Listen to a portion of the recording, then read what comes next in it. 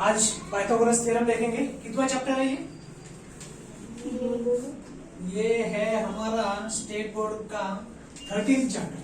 ठीक है, chapter number 13 बराबर है। पाइथागोरस थ्योरम क्या इंडिकेट करता है? पाइथागोरस थ्योरम किसके लिए अप्लाई होता है? सबसे पहले it is applicable to right angle triangle,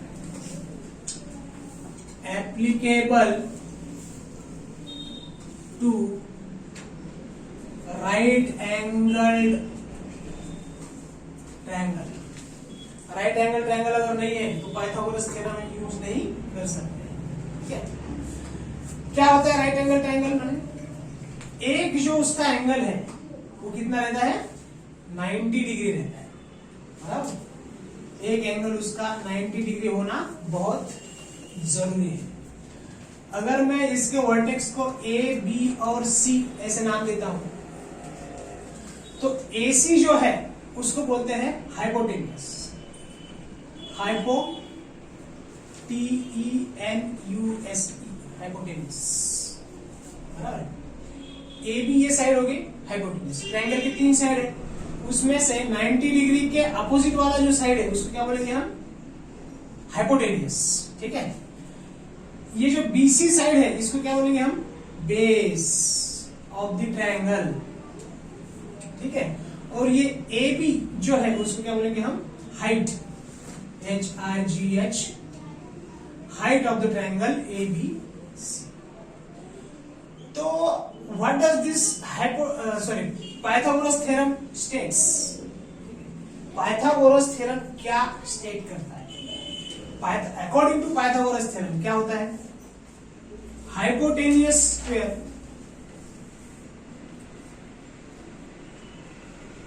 square is equal to base square plus height का स्क्वायर।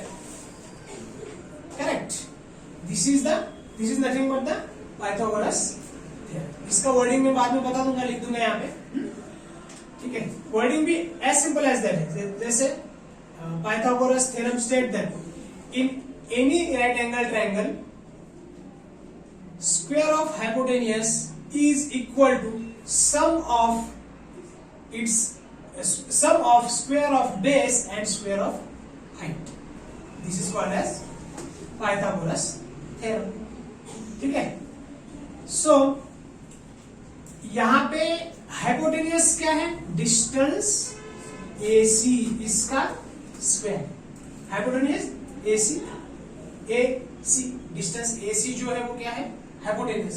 ठीक है, तो हमने लिया डिस्टेंस AC, या आप नॉर्मली लेंथ AC ऐसे भी बोल सकते हैं, या फिर सिर्फ AC का ब्रैकेट्स में ऐसे बोल सकते हैं। ठीक है, तो AC क्या है? डिस्टेंस ऑफ द हाइपोटेन्यूस, इसलिए मैंने D लिखा है। ठीक है, so which is equal to base square. Base का डिस्टेंस कितना है? BC, डिस्टेंस BC का स्क्वायर प्लस हाइट कितना है? डिस्टेंस AB और ब्रैकेट स्क्वायर। किसी को लगेगा ऐसा लिखेंगे हम, AC का square is equal to BC का स्क्वायर प्लस AB का स्क्वायर, ऐसा भी चल जाएगा। डिस्टेंस मैंने लिखा है यहाँ पे डिस्टेंस। ठीक है, या फिर आप लेंथ भी लिख सकते हो। सो किसी को लगा है AC square is equal to BC square plus AB square, ऐसा भी लिख सकते हैं। या फिर डिस्टेंस की जगह पे कोई बोलेगा मैं लेंथ लिखूंगा, लेंथ लिख सकते हो, कोई दिक्कत नहीं। ठीक है, तो हाइट, अच्छा यहाँ पे हाइट का स्पेलिंग HEI चाहिए, राइट? यहां पर भी हाइट का स्पेलिंग HEI। ठीक है, सो hypotenuse square is equal to base square plus height square. This is nothing but the Pythagoras theorem. अभी इसका वर्डिंग लिखना है तो in any right angle triangle the square of hypotenuse is always equal to the sum of its base square and height square. As simple as that. म्हणजे ह्या इस mathematics को ही हम इसमें लिख रहे हैं, वर्डिंग में लिख रहे हैं। ठीक है। So this is nothing but Pythagoras theorem. Now you can write down. So the wording अगर हमें इसका लिखना है तो कैसे लिखेंगे? In any right angle triangle the square of hypotenuse is always equal to the sum of squares of base and height. ठीक है. सो हाइपोटेनस माने 90 डिग्री जो राइट एंगल है 90 डिग्री, उसके अपोजिट वाला जो साइड है उसको क्या बोलेंगे हम? हाइपोटेनस. और ये हो गया BC बेस और हाइट हो गया A इंटू बी. ठीक है. अभी यहां पे देखिए ये राइट एंगल ट्रायंगल है. ठीक है. ये 90 डिग्री एंगल है, यहाँ पे 90 डिग्री बन गया. तो ये साइड बेस बन गया और ये साइड क्या बन गया? हाइट बन गया. अभी इसको अगर हम ऐसा घुमा लेते हैं या फिर ऐसा घुमा लेते हैं, ठीक है, तो ये भी राइट एंगल ट्रायंगल है. ये 90 डिग्री है, ये बेस हो गया, ये हाइट हो गया. ठीक है. इसको बेस नहीं बोलेंगे हम. ठीक है. ये बेस हो गया, ये हाइट हो गया. ये 90 डिग्री के अपोजिट वाला साइड क्या है? हाइपोटेनस. इसको अगर ऐसा घुमा लिया तो ये 90 डिग्री हो गया, इसके अपोजिट वाला ये हाइपोटेनस हो गया. या तो इसको बेस बोलो या फिर इसको बेस बोलो. ये बेस हो गया तो ये हाइट हो जाएगा, ये बेस हो गया तो ये हाइट हो जाएगा. ठीक है. बेस और हाइट किसको बोलना है इसमें, मतलब इसका कोई रिस्ट्रिक्शन नहीं है. तो इस ट्रायंगल में बेस मतलब बेस जनरली नीचे रहता है, इसलिए हम बेस को इसको बेस कैसे लेंगे? अगर ट्रायंगल ही ऐसा टेढ़ा है या इंक्लाइंड है कुछ, ठीक है, तो हम इसको भी बेस कह सकते हैं या फिर इसको भी बेस कह सकते हैं. इस लाइन के या फिर इस यहाँ पे अगर मैं लाइन खींचता हूं तो उस लाइन के लिए बेस ये हो गया. यहाँ पे अगर लाइन खींचता हूं तो इस लाइन के लिए बेस ये हो गया. ठीक है. 90 डिग्री के अपोजिट वाला है हाइपोटेनस. ठीक है. Now you can right. Now area of a triangle. ठीक है. एरिया ऑफ अ ट्रायंगल यहां पे लिख लेता हूं मैं. Area of a right angled triangle. Area of a right angle triangle क्या रहता है? एरिया का फॉर्मूला एरिया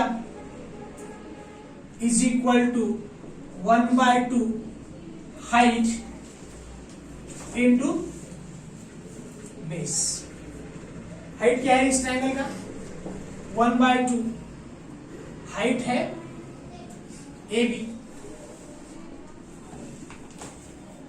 सॉरी स्क्वायर नहीं लेना है. Height into base. बेस क्या है? BC. तो ABBC ये याद रखने किससे अच्छा है? Half height into base. ये फॉर्मूला याद रखना जरूरी है. ठीक है ना. तो हाइट और बेस मतलब अगर कोई ट्रायंगल ऐसा है, ये 90 डिग्री है, तो ये इसको बेस बोलेंगे क्या? नहीं बोलेंगे इसको बेस, क्योंकि ये क्या है? 90 डिग्री के अपोजिट में जो साइड है उसको क्या बोलेंगे हम? हाइपोटेनियस. फिर बेस तुम इसको बोलो या फिर इसको बोलो. Base height. या फिर इसी ट्रायंगल का ऐसा टिल्ट अगर करते हैं हम एंटी क्लॉकवाइज तो क्या बन जाएगा? ये 90 डिग्री आ जाएगा, यहाँ ये बेस आ जाएगा, ये हाइपोटेनियस आ जाएगा और ये हाइट आ जाएगा. ठीक है. सो इन दिस वे किसी भी तरह से अगर ट्रायंगल टिल्ट करके दिया है तो आप लोगों को क्या ध्यान रखना है? 90 डिग्री के अपोजिट वाला जो साइड है उसको क्या बोलेंगे हम? हाइपोटेनियस बोलेंगे. ठीक है. और बाकी दो साइड्स में बेस और हाइट आप किसी को भी कह सकते हो. ठीक है. ये वाला फॉर्मूला लिख लो.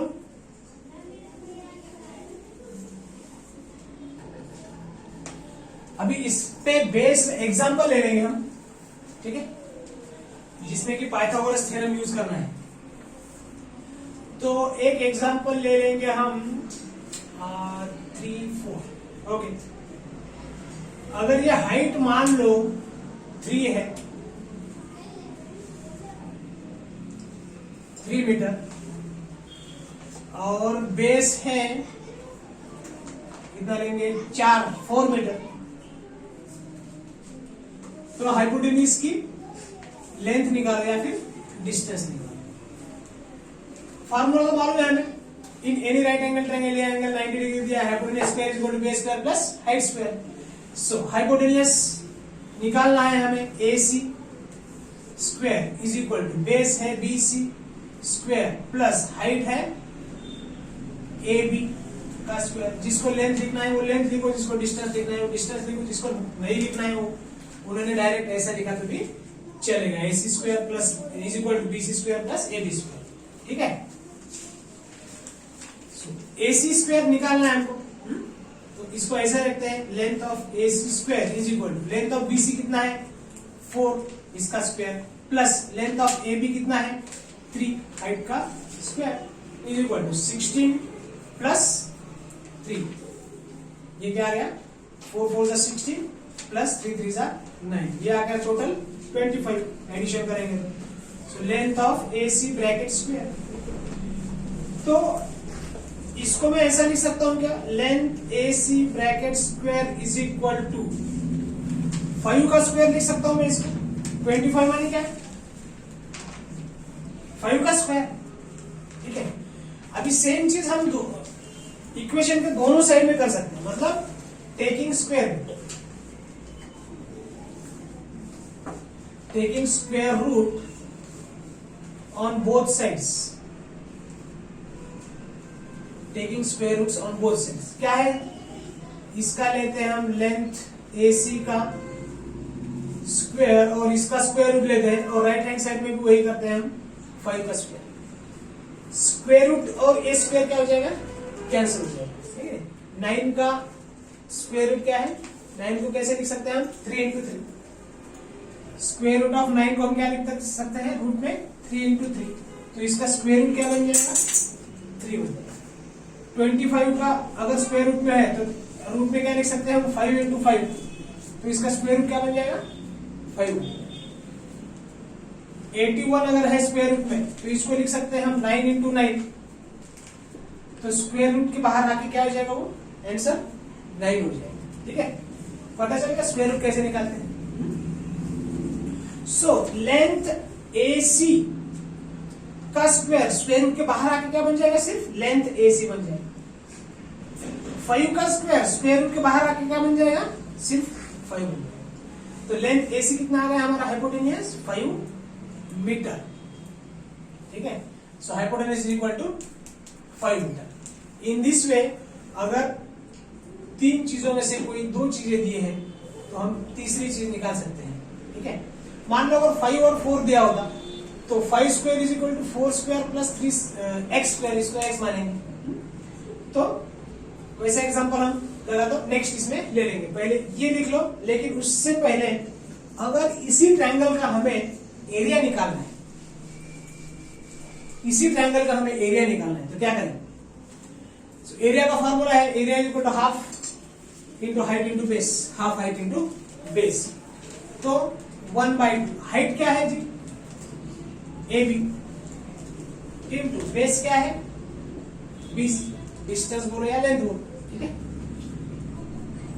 इससे भी ज्यादा इंपॉर्टेंट क्या है, height into base, half height into base. ये फॉर्मूला आपने याद रखना है। AB तो इसका हाइट हमने कंसिडर किया है यहाँ पे, और BC उसका बेस कंसिडर किया है। ठीक है, सो अभी 1/2 इंटू AB कितना है 3 है, BC कितना है 4 है, तो ये बन जाएगा 2 1 जा 2, 2 2 जा 4, 3 2 जा 6 meter. Area is equal to 6 meter square. ठीक है, area of the given right angle triangle ABC। ठीक है, नाउ यू राइट।